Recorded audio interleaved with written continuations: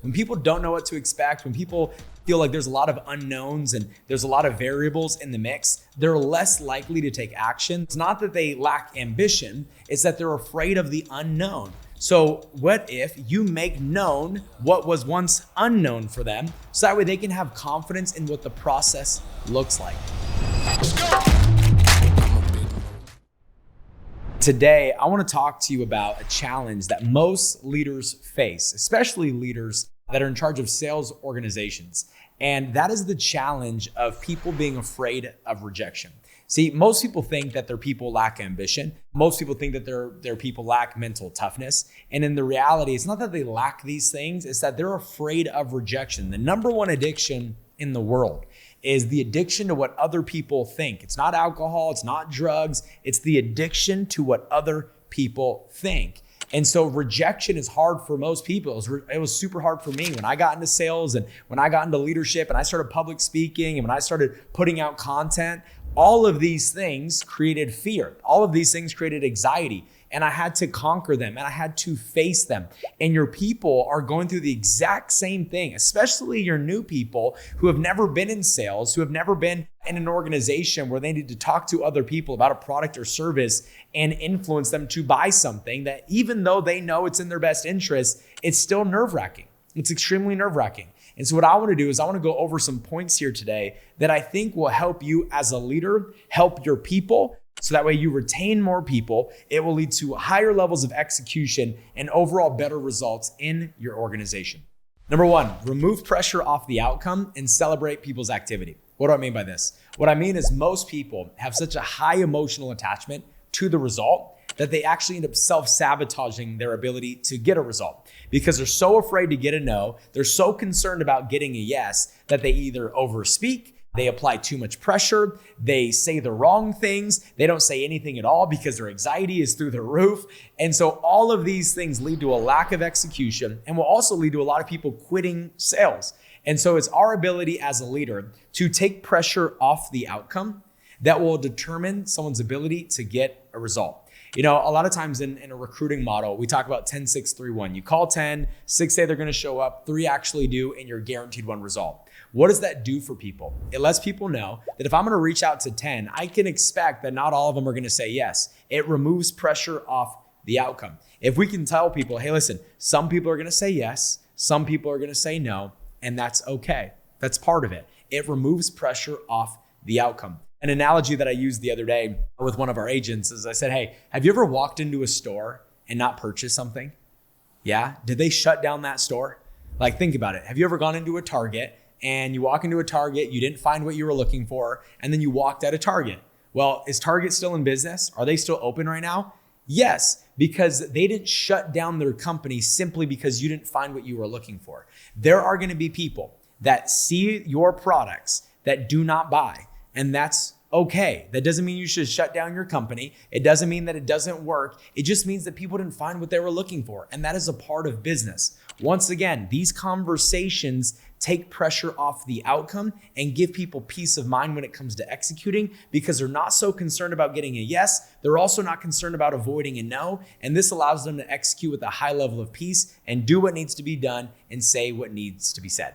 Number two, make go for no a part of your everyday language. I said it a second ago. Most people avoid no's like it's the plague. Most people avoid no's like it's COVID. Not sure if it's too soon or not, but the fact of the matter is most people avoid no's with everything that they have. And no's are not a bad thing. In fact, the more no's you get, the better you get. The more no's you get, the more likely you are to get a yes. So if you can build a culture around go for no, meaning the more no's you get, the closer you are to a yes, this gives people the ability to celebrate the no versus avoid the no. Let me say it again. You need to build an organization that celebrates a no because you're getting closer to a yes versus avoid the no because they're scared of rejection. What this will do is it will lead to a paradigm shift in your organization where people are no longer scared to get a no. They're actually seeking it because they know that the more no's they get, the more likely they are to get a yes. And yeses in business leads to an increase in sales and an increase in income. So build the language of go for no into your organization. And once again, watch the cultural change and the amount of people that you have selling. Number 3, make it about the crusade. Make it about helping people. Make it about the difference that you are making in the lives of other people. See, people will do more for others than they will themselves, and people will get out of their own way if that means that more people will get helped because of it. I met with somebody in our organization the other day, and I said, hey, do you believe in our products? They said, yeah.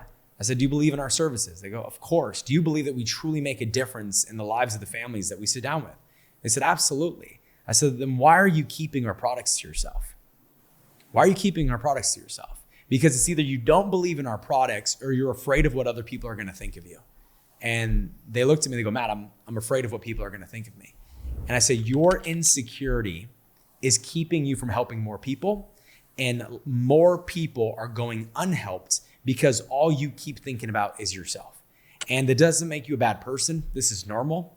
But if you can learn to get out of your own way, more people will get helped, more lives will get changed, and the bigger difference that you will make in the lives of other people. We need to get out of our own way, and we need to remove these insecurities because your insecurities are keeping you from helping people.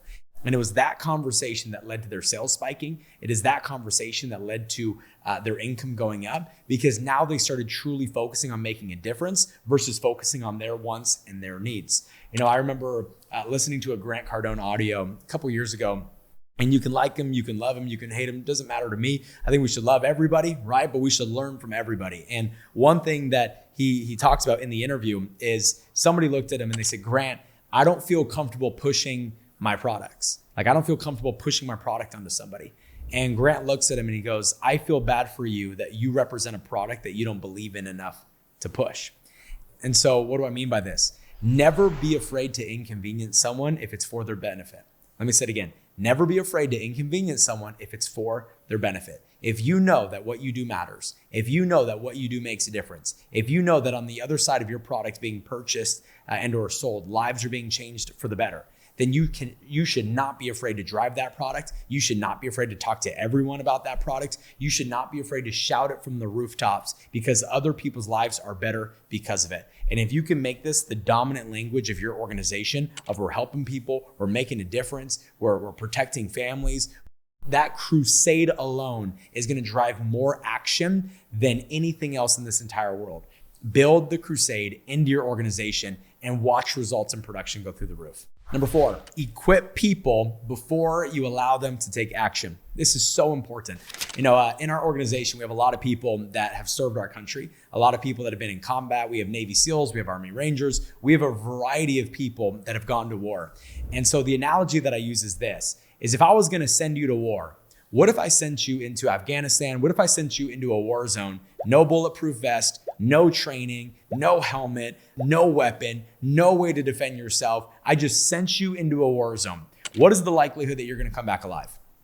Not high in any way. And yet that's what we do with our salespeople every day. We send them out to make phone calls. We send them out to talk to people. We send them out to go have client conversations. And yet we have not properly equipped them. And so because they're not properly equipped, they go, they talk to people, they get rejected, they get shot up with rejection and no's. They hate the way that it feels, and so they quit. And so it's our ability as leaders to equip people with what they need in order to get a result that will actually lead to them executing, getting a result, and staying in business with you. If you make sure that people are properly equipped and that preparation is there, preparation prevents poor performance. And when people feel prepared, they feel confident. When people feel confident, they take action. And when people take action, they get results. But people who don't feel confident, they're less likely to take action, which all that does is hurt your organization. So make sure no matter what, you equip your people before you send them out into battle. Number 5, give clarity on what to expect. When people know what to expect, this removes the fear of the unknown, which leads to people executing. When people don't know what to expect, when people feel like there's a lot of unknowns and there's a lot of variables in the mix, they're less likely to take action. They're less likely to move forward. And so it's not that they lack ambition, it's that they're afraid of the unknown. So what if you make known what was once unknown for them, so that way they can have confidence in what the process looks like? One thing that I always try to do, it doesn't matter who I'm leading, I try to make sure that they have extreme levels of clarity in the process. And so they know what to expect and when to expect it. And what this does is it gives them a level of peace, once again, when it comes to executing.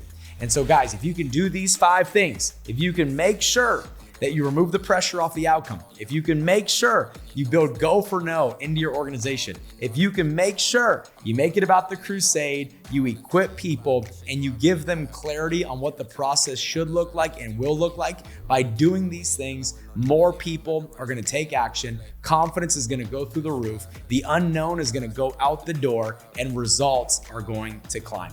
And so if you got something out of today's content, if you could do me a favor, tell somebody about it. All this content we put out 100% just because we want to make a difference. And all we ask is that if you ever learn something, you tell a friend. See you guys next week on the Leaders Only podcast. Let's get it.